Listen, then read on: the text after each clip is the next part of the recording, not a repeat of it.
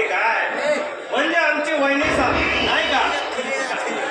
अरे ते असणार घरात खानदानी बायका म्हणलं की घरातच असणार अरे बघा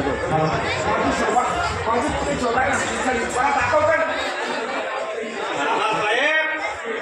मी तुमच्याकडून निरोप घेऊन आलो होतो तुमच्या जावयाचा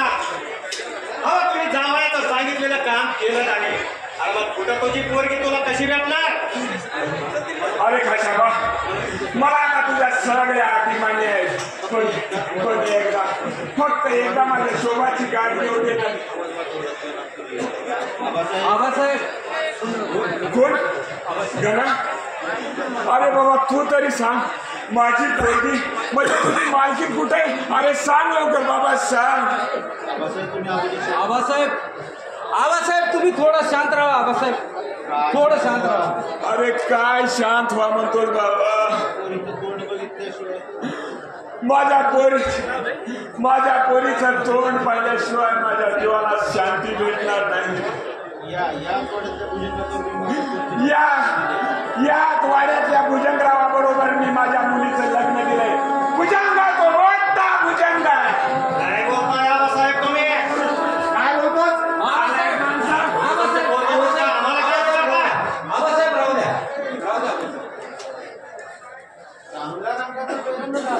चांगलाच रंगाचा पेरच झालाय समजायचं आता मी तर इथले जाते आम सुरेखा कुठं निघाली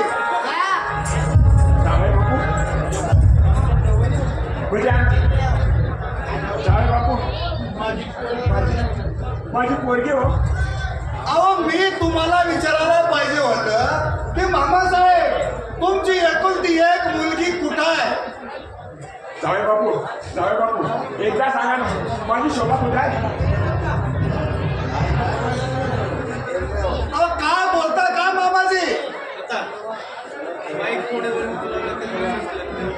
अरे खरं तेच बोलतो खोटं बोलायची सवय मुळीच नाही पण इतक्या पैशाची माझ्याकडे तयारी नव्हती हो त्यासाठी मी माझं घर दार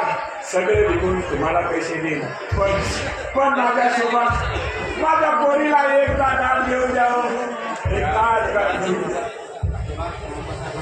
अरे खाशाबा मामा साहेबांना सांगा की आता फार उशीर झालाय म्हणा म्हणजे मी काय नाही समजलं बाबा आबासाहेब अहो समजून घेण्याचा प्रयत्न केला की आपोआप समजतं सगळं जावाय बापू तुमच्या पाया पडते पण माझ्या शोभाला एकदा भेट घेऊन द्यावं तुम्ही तुमच्या जावयाच्या पाया पडणार तर काय करणार पुरी अगं पुरी पापाच्या यातना पोरीचा बाप झाल्याशिवाय कळत नाही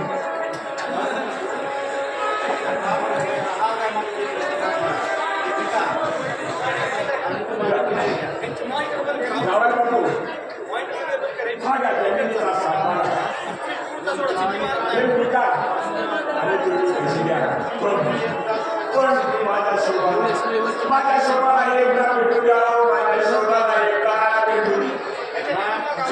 अरे कना खाशाबा बोला मला पटेल अरे हे आमच्या एकुलता एक सासरे पोरांना आपल्या घराबाहेर पडणारा रस्ता दाखवा आबासाहेब आता तुम्ही थांबवित नका थांबवित आज इथं माझा प्राण गेला तरी चालेल पण मी माझ्या शोभाला भेटून जाणार काय पाटील मला पुन्हा त्यांची इच्छा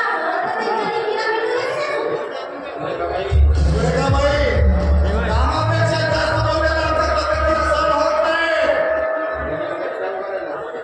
अरे गडा कशा बघत का आम्हाला आबासाहेब अरे कसं काय बोलतील आबासाहेब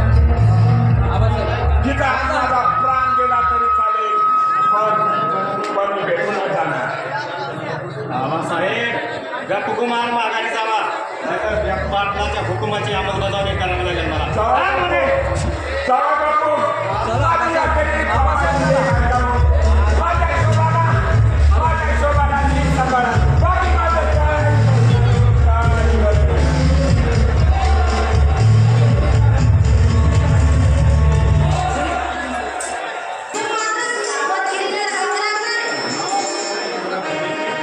नावाप्रमाणेच हा भुजंग दिसतो.